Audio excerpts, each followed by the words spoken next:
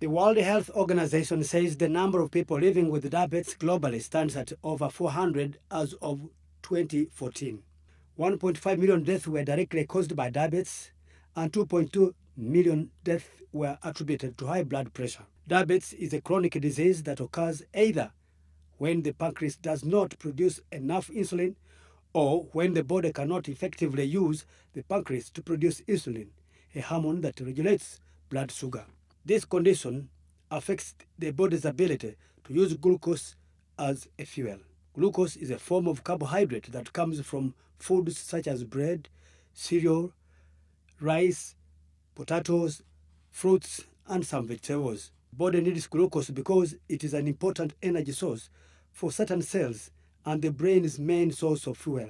First of all, I want to emphasize that don't wait for symptoms. If you are 40 years and above, every year you should go to health facilities for a checkup. Go and see your doctor.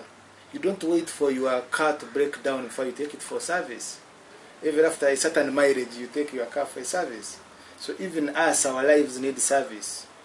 In a year, once a year, go to your doctor and say, I'm not sick, but I would want to know my health status, so that your pressure can be measured, your blood sugar can be measured, your blood cholesterol can be measured, your weight can be measured, and you are given appropriate advice.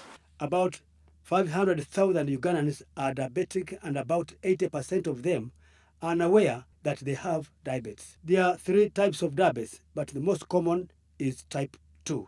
People with the type 2 diabetes find themselves in a situation where the body has a problem with both producing enough insulin and having the insulin work properly. As blood sugar levels increase, the insulin producing beta cells in the pancreas release more insulin, but eventually these cells become impaired and can't make enough insulin to meet the body's demands. If the body stores fats primarily in the abdomen, your risk of type 2 diabetes and it's greater than if the body stores fat elsewhere in the hips and thighs. 1.4% of adult population, that means we have about maybe 500,000 Ugandans who are suffering from diabetes, and that is a big number.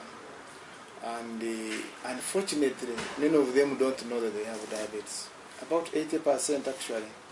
When we asked them whether they knew that they had diabetes, 80% of them, they didn't know, and yet their blood sugar was so high.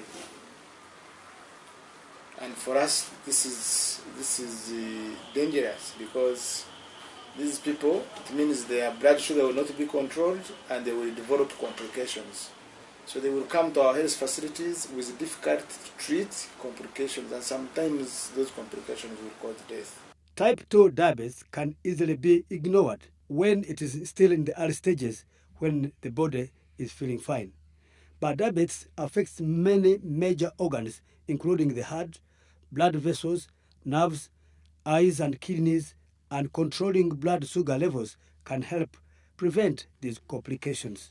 Although long-term complications of diabetes develop gradually, they can eventually be disabling or even life-threatening as one develops cardiovascular problems, heart attack, stroke, among other complications.